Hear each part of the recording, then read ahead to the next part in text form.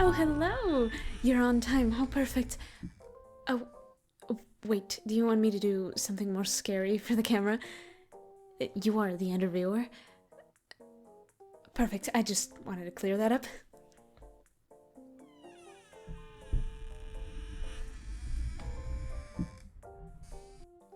Aha! Welcome, little mortal, to my abode. Those who entered dare not leave again with all their blood. Was that good?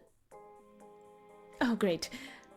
We can have this interview in the living, or should I say, dying room. I am too good at this. Don't include that last part. I'll seem silly. All serious. Very serious interview. Please make yourself at home. Would you like a drink? I have reds. I got A positive, O, and even some AB. You don't know whose neck I had to suck to get my hands on that last one. Oh, I also have red wine. Or just water, since you're on the job. Wouldn't want you to be under the influence whilst you were doing such an important job. By the way, let me just thank you for coming out to me. Really saves the hassle of trying to find a hotel with blackout curtains or trying to travel by bat. You simply don't understand the hazards of trying to fly by bat, especially with these new airplanes and jets flying all over the place. You could get sucked into those little fans so easily. I know someone who died that way. I didn't like them, so I wasn't sad about it, but still. Oh yes. Go ahead. What a cute little recording device you have. How sensitive is the microphone? I don't want to talk too loud or too quiet. That would defeat the purpose of this interview entirely. Do I need to state a name for your records? This Laszlo speaking. Laszlo, well, I don't really know if I have a nickname. Just Laszlo is fine. Let's get into these questions then, shall we? Yes, well, I must admit the main reason I agreed to do this interview at all was because I wanted to clear up some of the stereotypes around us vampires. I see this as an interview to help clear the name of all vampire kind, or at least shine a light on how some of us live. I've seen some of the harmful stereotypes which I dare not name out of fear of backlash, especially that sparkly vampire one, despite it being fun to watch. Oh, and of course, your amazing credentials helped. You've interviewed so many other monsters, told their stories, and well, I can't wait to share mine. I shall start with the beginning. I was turned into a vampire in 1897 by one of the original founding vampires. So from the very beginning I had very large shoes to fill. And I say that because the vampire that turned me was fucking huge. I mean, real tall fellow. I had to look right up when I wanted to look him in the eyes, and his feet would walk into the room before he did. I'm pretty sure he was the inspiration for clown shoes, but don't tell him I said that. Vampires hold grudges for a long time. Dracula and Carmilla are still going at it after, 100 years more? Oh, don't even get me started on what happened when Alucard got involved. And I've only been a vampire for 127 years, so I can only account for that long. Who knows how long they've actually been going at each other's throats. Back to the point. Becoming a vampire was pretty easy in the early days. There was no real police force. Mortals would blame mysterious deaths on witches or not care too much. people died all the time back then from the silliest things. So no one better deny when some random neighbor disappeared or showed up dead one morning. As the years passed, it got harder to feed on people without the public getting suspicious or trying to investigate things. Nosy humans. I thought cats were supposed to be the curious ones.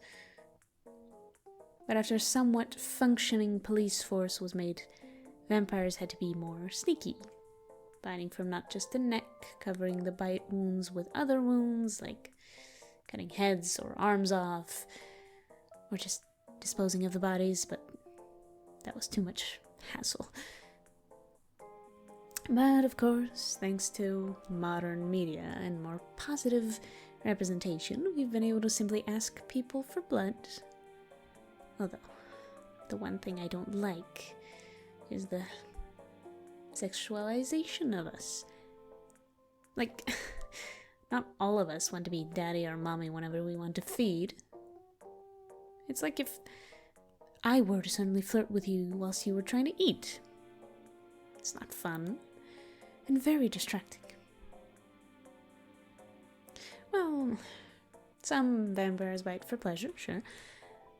Most of us just want to get our feeding done, so we don't die from dehydration.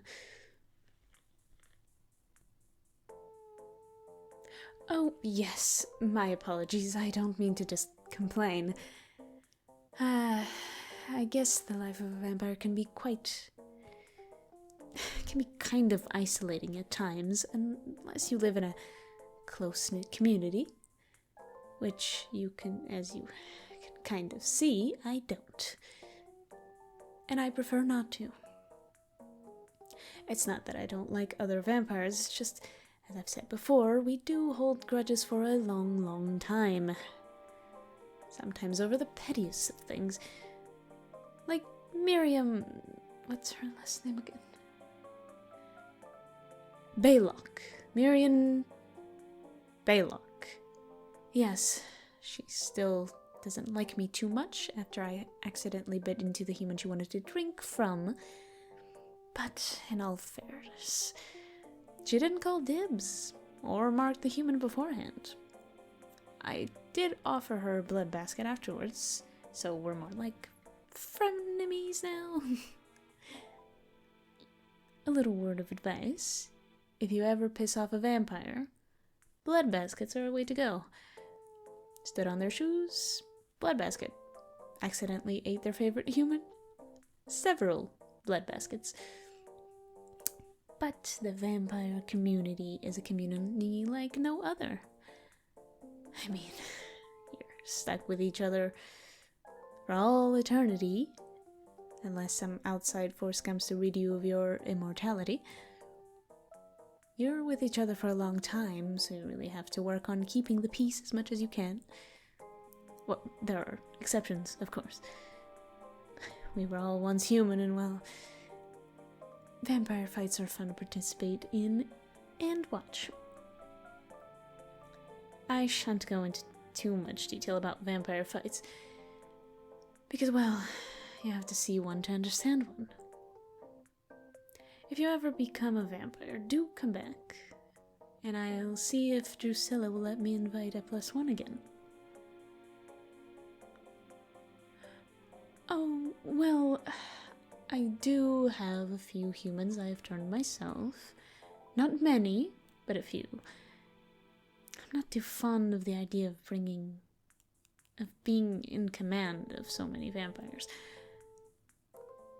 I only turn those who have no other options. And even then, they only stay with me for a few decades before they fly away and start their own community, their own life, maybe even make their own little families. I'm a very proud grandparent to a few little bets. Well, let me say this one thing about what it means to be a vampire, to finish it off with a nice ending. It's lonely and hard to adapt when it first happens, but once you find your support system, you know you're going to be fine. For those who are not fortunate to have the person who turned them accept them, guide them, bring them into the vampire community, my doors are always open. So long as you ask to be invited in first.